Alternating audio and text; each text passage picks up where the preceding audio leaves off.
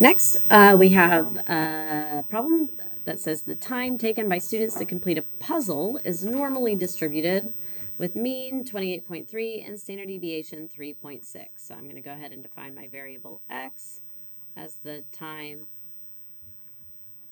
Gosh, my writing's horrible on here today. X equals the time taken to complete the puzzle.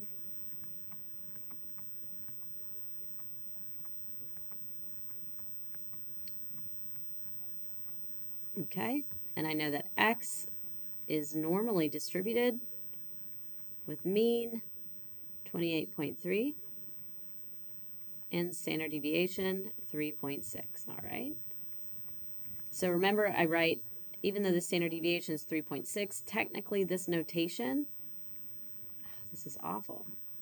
Technically, this notation likes to put the squared here for the variance in the notation. I want to find the probability that a randomly selected student took at least 30 minutes.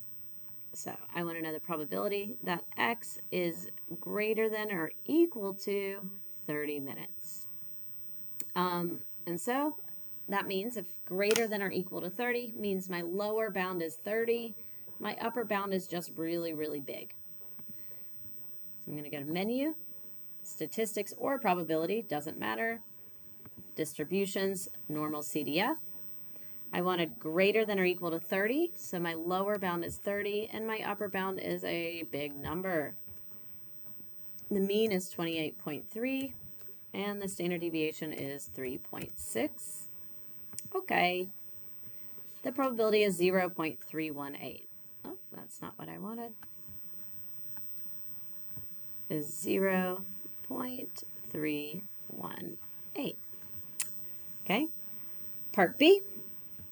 Out of 10 randomly selected students, at most half of them are, wait, I'm still calculating the probability that, okay.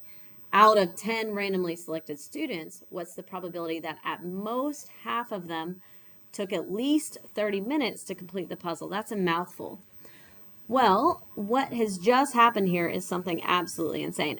We just changed from a normal distribution problem to a binomial distribution problem.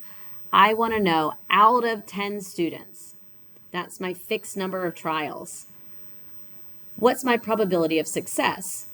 Well, I want to know what's the probability that at most half of them took at least 30 minutes to complete the puzzle.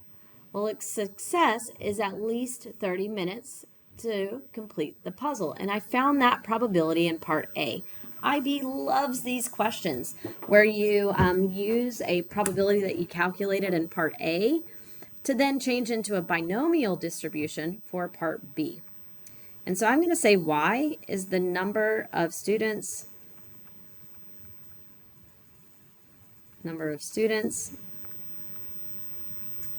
equals number of students who took at least 30 minutes. And I know that Y follows a binomial distribution. I have 10 trials, and the probability of success is 0.318. That's the probability that they took at least 30 minutes. That's what I found in part A. And then part B wants to know what's the probability that at most half of them, at most half.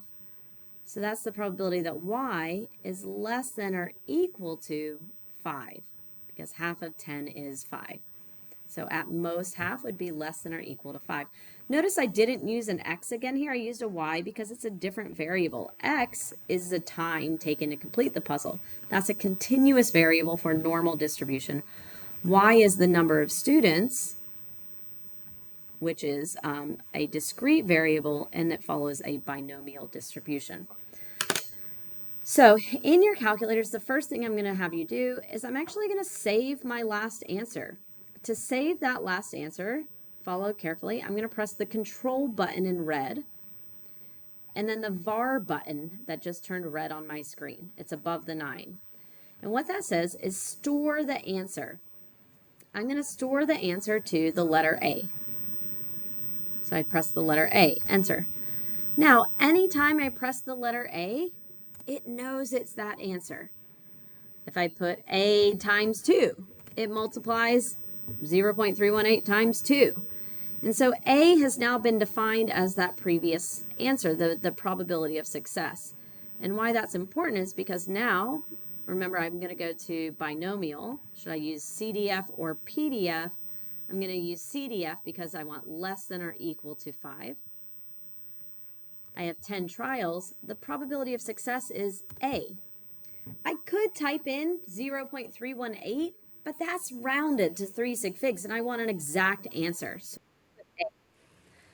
this is binomial. My lower bound here is 0. I can't have fewer than 0 students to complete the puzzle, and I'm going to go up to 5 students because I want at most half of the students, and then I press OK.